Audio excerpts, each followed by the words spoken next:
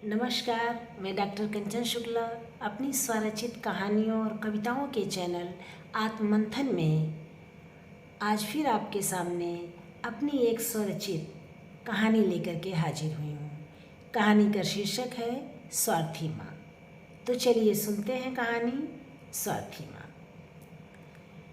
मेरी इच्छाओं, मेरी खुशियों का क्या माँ? क्या मेरे प्रति आपकी कोई जिम्मेदारी नहीं है? आपके लिए सिर्फ रवि और काजल ही आपके बच्चे हैं। मैं सिर्फ पैसा कमाने की मशीन हूँ जो आपकी और आपके बेटे बेटी की ज़रूरतों को पूरा करती रहूँ। मैंने शादी क्या कर ली, आपका सारा प्यार हवा हो गया। बाहर वाले मुझसे कहते थे तुम्हारी माँ सिर्फ तुम्हारा इस्तेमाल कर रही है, वो तुम्हें प्यार नहीं करती, प्यार का दिखावा करती है। पर मैंने उन लोगों की बातों पर कभी विश्वास नहीं किया, लेकिन आज मैंने अपनी आंखों से देख भी लिया और कानों से सुन लिया। आपने मुझे स्वार्थी, धोखेबाज और जाने क्या क्या कहा। यहाँ तक तो ठीक था, आपने मेरे निर्दोष पति को भी नहीं छोड़ा। आप इतना नीचे कैसे गिर सकती हैं, मैं कभी सोच भी नहीं सकती। आपकी नज़रों में मेरा कोई वजूद नहीं है। मैं आपके लिए एक एटीएम हूँ। जब तक मैंने आप और आपके बेटे बेटी की सभी ख्वाहिशें पूरी की तब तक मैं बहुत अच्छी थी, और जब मैंने अपने बारे में सोचना शुरू किया तो मैं स्वार्थी और दगाबाज हो गई। जबकि धोखा तो आप सभी ने मिलकर मुझे दिया। बताइए माँ, आप खामोश क्यों हैं? आप मेरे साथ ऐसा क्यों कर सकती हैं, या कैसे कर सकती हैं? आपने मोहित जी से क्या कहा, इसका आभास भी है आपको? आपको ऐसा करने की क्या ज़रूरत थी? कविता ने गुस्से में अपनी माँ रमा से पूछा। गुस्से से ज़्यादा उसे आश्चर्य हो रहा था कि उसकी सगी माँ उसके साथ ऐसा कैसे कर सकती है। आज उसने अपनी खुशियों के लिए सोच लिया, अपनी इच्छा से उसने विवाह कर लिया, तो उसकी माँ उसे बुरा भला कह रही है, उसके पति का अपमान कर रही है। वो एक बच्चे के पिता हैं, ये सब जानते हुए मैंने उनसे शादी किया था। मेरी भी उम्र हो रही है, 35 साल की हो गई हूँ, तो किसी कुंवारे लड़के से तो मैं शादी कर नहीं सकती थी, इसलिए मैंने मोहित जी से शादी करने का फैसला किया। ये बात कहाँ बुरी है? इस बात को लेकर के उसकी माँ इतनी नाराज़ क्यों है? इसी बात पर कविता को आश्चर्य हो रहा था। कविता की बात सुनकर रमा जी ने मुंह बनाकर बेशर्मी से कहा, अरे मैंने ऐसा क्या कह दिया तुम्हारे पति को जो तुम्हें इतना गुस्सा आ रहा है? और तुम्हें बुरा लगता है तो लगे, मैंने कुछ भी गलत नहीं कहा। ये बिल्कुल सच है। तेरी बुआ के साथ मिलकर तेरे पति ने तुझे अपने झूठे प्यार के जाल में फंसाकर शादी कर ली, जिससे वो तेरी कमाई पर ऐश कर सके।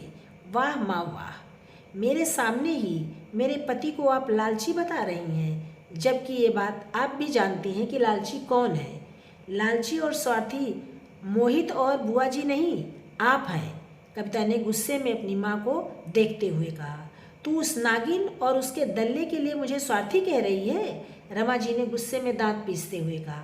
बस माँ, अब एक और शब्द भी आपने मोहित और बुआ जी के लिए कहा तो आपको जीवन भर पछताना पड़ेगा।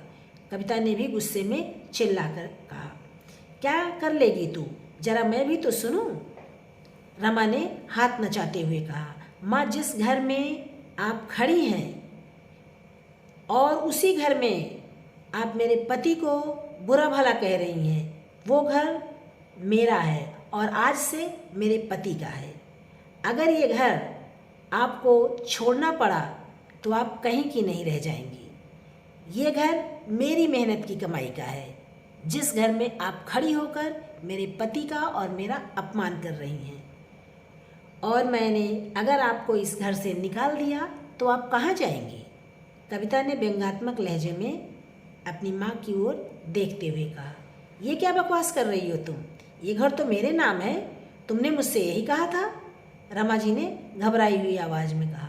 हाँ, मैंने यही कहा था कि ये घर आपका है, पर जब मैंने ये घर आपके नाम लेने की बात बुआ जी से कही तो उन्होंने मुझे सलाह दी थी कि ये घर तुम अपनी माँ के नाम ना लो, वरना एक दिन तुम्हारी माँ तुम्हें इसी घर से बाहर निकाल देगी। तब मुझे बुआ जी की बातों पर विश्वास नहीं हुआ था। उसी समय मेरी सहेली ने भी मुझे यही सलाह दी कि तुम ये घर अपने नाम खरीदो, अपनी माँ के नाम नहीं। अगर तुमने ऐसा किया तो हो सकता है तुम्हें बाद में पछताना पड़े। तुम्हारी बुआ कुछ सोच समझ कर ऐसा कह रही होंगी। तब मैंने भी अपनी सहेली की बातों पर विश्वास करके ये घर अपने नाम खरीदा और आपसे कहा कि ये घर मैंने आपके नाम खरीदा है। मेरे मन में कोई कपट नहीं था, घर किसी के नाम भी हो, रहना तो हमें साथ ही था। लेकिन आज आपका असली चेहरा देखकर मुझे बुआ जी की बातें समझ आ गईं। आप आज तक सिर्फ मुझे बेवकूफ़ बनाती रहीं। आप कभी चाहती ही नहीं थी कि मेरा घर बसे, इसीलिए आप मेरे लिए बताए गए रिश्तों में कमी निकाल कर उन्हें मना कर देती थी और मैं समझती थी कि सच में उन लड़कों में कोई कमी रही होगी। माँ, आप इतनी स्वार्थी कैसे हो सकती हैं? कविता ने दुखी होकर कहा। अरे, मैं तेरी शादी करा देती तो हमारा खर्च कैसे चलता? काजल की शादी के लिए दहेज कहाँ से आता? रवि की इंजीनियरिंग की पढ़ाई कैसे पूरी होती? शादी के बाद तू तो अपनी तनख्वाह अपने पति के हाथ में दे देती, तब हम लोग क्या करते? मैं नहीं चाहती थी कि तेरी शादी हो, लेकिन तुमने अपनी बुआ जी के साथ मिलकर बुढ़ापे में एक बूढ़े आदमी से शादी कर ली। इस उम्र में कोई शादी करता है क्या? रमा ने बेशर्मी से कहा। माँ, 35 साल की उम्र में कोई बूढ़ा नहीं होता है और एक बच्चे के बाप बन जाने से कोई मर्द भी बूढ़ा नहीं होता। एक माँ अपनी सगी बेटी के लिए ऐसा कैसे सोच सकती है? मुझे ये सोचकर ही शर्म आ रही है। आप माँ नहीं, माँ के नाम पर कलंक है। अब मैं आप लोगों से कोई संबंध नहीं रख सकती। आप तीनों आज ही मेरा घर खाली कर दो, वरना मुझे दूसरा रास्ता अपनाना पड़ेगा। कविता ने कठोर शब्दों में कहा। मैं ये घर छोड़कर कहीं नहीं जाऊंगी, रमा जी ने बेशर्मी से कहा। भाभी, अगर कविता चाह लेगी तो घर तो आपको छोड़ना ही पड़ेगा, क्योंकि ये घर आपके पति का नहीं, कविता का है। तभी वहाँ कविता की बुआ ने आते हुए कहा, तुमने मेरी बेटी को बहला फुसलाकर उसकी शादी एक बूढ़े आदमी से करवा दी, उसकी ज़िंदगी बर्बाद कर दी। भगवान तुम्हें कभी माफ़ नहीं करेगा, रमा ने अपनी ननद को कोसते हुए कहा। भाभी, ये भगवान भी देख रहा है कि कविता की ज़िंदगी किसने बर्बाद की और किसने नहीं की, और उसकी ज़िंदगी में कौन खुशियाँ ला रहा है। ये बात आप भी जान रही हैं और मैं भी जान रही हूँ, इसलिए आपकी फालतू बातों पर का मुझ पर कोई असर नहीं होगा। कविता की बुआ ने अपनी भाभी को हिकारत भरी नज़रों से देखते हुए कहा। फिर वह कविता की ओर मुखातिब होकर बोली, कविता, यहाँ क्या हो रहा है? मुझे तो बगल वाली भाभी जी ने फ़ोन करके बताया कि रमा जी अपनी बेटी कविता को बहुत बुरा भला कह रही हैं। उनकी बात सुनकर मैं तुरंत यहाँ आ गई। मुझे तो पहले ही आभास था कि तेरी माँ को तेरी शादी रास नहीं आएगी। वो तुझे खुश देख ही नहीं सकती, क्योंकि उनका सपना जो टूट गया। कैसा सपना बुआ जी? कविता ने आश्चर्य से पूछा। कविता, उन्होंने काजल की शादी पक्की कर दी है और लड़के की माँ से वादा किया है कि वे उन्हें दहेज में बहुत सारा पैसा और सोना देंगी। लड़का सरकारी अफसर है। इन्होंने रवि के लिए भी लड़की देख ली है। क्या तुझे ये बात पता नहीं है? कविता की बुआ ने आश्चर्य से अपनी भाभी को घूरते हुए देखा। नहीं बुआ जी, मुझे ये सब बात किसी ने नहीं बताई, कविता ने अचंभित स्वर में कहा। ये तुम्हें क्यों बताएंगी? ये तो सिर्फ तेरा इस्तेमाल कर रही हैं और तुझे बहला फुसला कर पैसे निकलवाने के चक्कर में थी। कविता की बुआ ने एक नया धमाका किया। कविता आश्चर्यचकित होकर अपनी बुआ को देख रही थी। कविता की बुआ ने फिर कहना शुरू किया, ये बातें रवि और काजल को पता है। तेरी माँ का प्लान था कि वह तुझसे कहेंगी कि तू लोन लेकर काजल की शादी कर दे और उसके बाद ये रवि की भी शादी कर देंगी। रवि यहाँ नहीं, अपनी ससुराल में रहेगा, घर जमाई बनकर, क्योंकि जिस लड़की से तुम्हारी माँ रवि की शादी कर रही हैं वो अपने माँ बाप की इकलौती बेटी है। जब रवि ससुराल में रहेगा, काजल शादी करके अपनी ससुराल चली जाएगी, तो रमा भाभी तुम्हें इमोशनल ब्लैकमेल करके कहेंगी अब उनके बुढ़ापे का सहारा तुम ही हो और तुम अपनी खुशियों की बलि चढ़ाकर अपनी माँ की जिम्मेदारी खुशी खुशी उठा लोगी। मैं ये नहीं कहती कि माँ की जिम्मेदारी तुम ना उठाओ, पर तुम्हारी माँ को भी तुम्हारी खुशियों की फिक्र होनी चाहिए, जैसे वो काजल और रवि की खुशियों के लिए कर रही हैं। कविता की बुआ ने कहा। दीदी, आप हद से आगे बढ़ रही हैं, रमा ने अपनी पोल खुलते हुए देखकर तिल मिलाकर कहा। मैं हद से आगे नहीं बढ़ रही हूँ भाभी, सारी हदें तो आपने पार कर दी हैं, लेकिन मैं तो ये भूल ही गई, आप क्यों कविता की खुशियों के बारे में सोचेंगी? वो आपकी सगी बेटी तो है नहीं। सौतेली बेटी के जीवन में खुशियाँ आए ये आप कैसे बर्दाश्त कर सकेंगी? कविता की बुआ ने नफरत से अपनी भाभी को देखते हुए कहा। बुआ जी, ये आप क्या कह रही हैं? क्या मैं इनकी सगी बेटी नहीं हूँ? कविता ने आश्चर्य से पूछा। उसे अपनी बुआ की बातों पर विश्वास नहीं हो रहा था। दीदी, आप कविता के मन में मेरे लिए जहर क्यों भर रही हैं? रमा ने गुस्से में तिल मिलाकर कहा। मैं कविता के मन में तुम्हारे लिए जहर भर नहीं रही हूँ। तुम्हारे मन में कविता के लिए जो जहर भरा है उसे कविता को बता रही हूँ। गलती मेरी है। मैं भैया की बातों में आ गई और कविता को कभी नहीं बताया कि रमा तुम्हारी सौतेली माँ है। भैया ने मुझे कसम दी थी कि कविता को कभी पता न चले कि रमा उसकी सगी माँ नहीं है। कविता की बुआ ने कहा। पापा ने ऐसा क्यों कहा था बुआ? कविता ने आश्चर्य से पूछा। तुम्हारी सौतेली माँ के कहने पर। इसने ही अपनी मीठी मीठी बातों में भैया को फंसा लिया था। भाभी नहीं चाहती थी तुम्हें पता चले कि ये तुम्हारी सौतेली माँ है। अगर तुम जान जाती तो इनके इतने नज़दीक नहीं आती और ये तुम्हारी अच्छाइयों का फ़ायदा ना उठा पाती। तुम शुरू से ही पढ़ने लिखने में तेज थी, ये बात तुम्हारी माँ जानती थी। जब तुम पढ़ लिख लोगी, अच्छी नौकरी करोगी और ये तुमसे झूठे प्यार का दिखावा करके तुम्हें जीवन भर बेवकूफ़ बनाती रहेंगी। और इन्होंने ऐसा किया भी। जब तक भैया जीवित रहे मैं सोचती थी कि शायद वह तेरी खुशियों के बारे में सोचेंगी, पर इस औरत ने उन्हें भी अपने बस में कर लिया था। जब भैया की मौत हो गई तो मुझे तुम्हारी चिंता होने लगी, क्योंकि मैं तुम्हारी माँ की मक्कारी से वाकिफ़ थी। कविता की बुआ ने अपनी भाभी को गुस्से में देखते हुए कहा। बुआ, आप मेरी माँ का अपमान कर रही हैं। तभी काजल ने तमक कर कहा। मैं इनका अपमान नहीं कर रही हूँ, इनका असली चेहरा दिखा रही हूँ। कविता, तेरी माँ की मक्कारी शायद मुझे भी पता न चलती, पर इसने अपने दिल की बात अपनी सहेली से बताई कि ये तेरे पैसे से अपने दोनों बच्चों का जीवन संवारेंगी और उसके बाद तेरे साथ रहेंगी। 2-4 साल और बीत जाएंगे तो तेरी शादी की उम्र निकल जाएगी। उसके बाद तो ये तीनों तेरे पैसे पर ऐश करते रहेंगे। और इनकी सहेली ने ये बात मोहित की सास को बता दी। मोहित की सास जो मेरे पड़ोस में रहती हैं, उन्होंने मुझे बताई। तब मुझे पता चला कि रमा भाभी तेरी शादी क्यों नहीं करना चाहती। मोहित की पत्नी की मौत हो गई थी। मोहित अकेला था, उसका 3 साल का एक बेटा था और मैं चाहती थी कि मोहित से तेरी शादी हो जाए। मैंने मोहित और मोहित की सास को तेरे बारे में बताया था और वह लोग भी इस शादी के लिए तैयार थे, क्योंकि मोहित ने और मोहित की सास ने, उन दोनों ने तुम्हें मेरे घर में देखा था। तुम उन्हें पसंद आ गई थी। जब मैंने उनके मन का हाल जान लिया तो मैंने तुमसे बात किया और तुम भी तैयार हो गई। और मैंने जब तेरी माँ से इस बारे में बात की तो तेरी माँ मुझसे लड़ने लगी, लेकिन मैंने भी ठान लिया था कि मैं रमा भाभी की चाल को कामयाब नहीं होने दूंगी। इसीलिए मैंने तेरी और मोहित की शादी कोर्ट में करवा दी।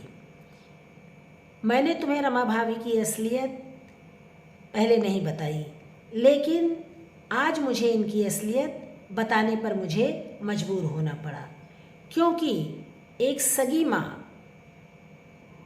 अपनी बच्चों के लिए अच्छा करती है और एक सौतेली माँ जब अपनी बच्चे के लिए बुरा करती है तो उसे सबक देना जरूरी हो जाता है।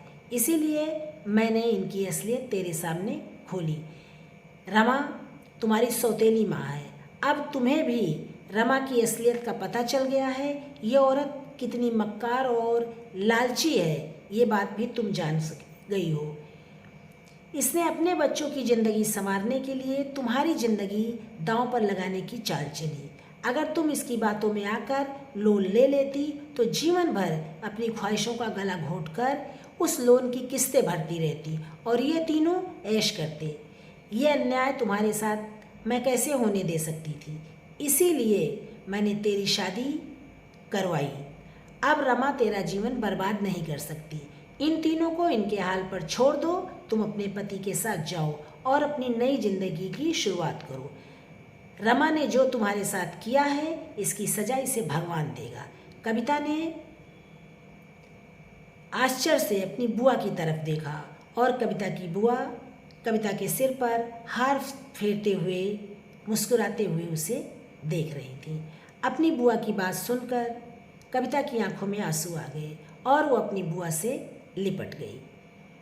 थोड़ी देर बाद वह उनसे अलग हुई और अपनी माँ के तरफ मुखातिब होकर बोली, माँ, आपने मेरे साथ अच्छा नहीं किया।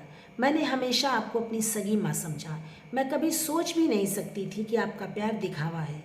मैं तो काजल और रवि को भी अपना समझती थी।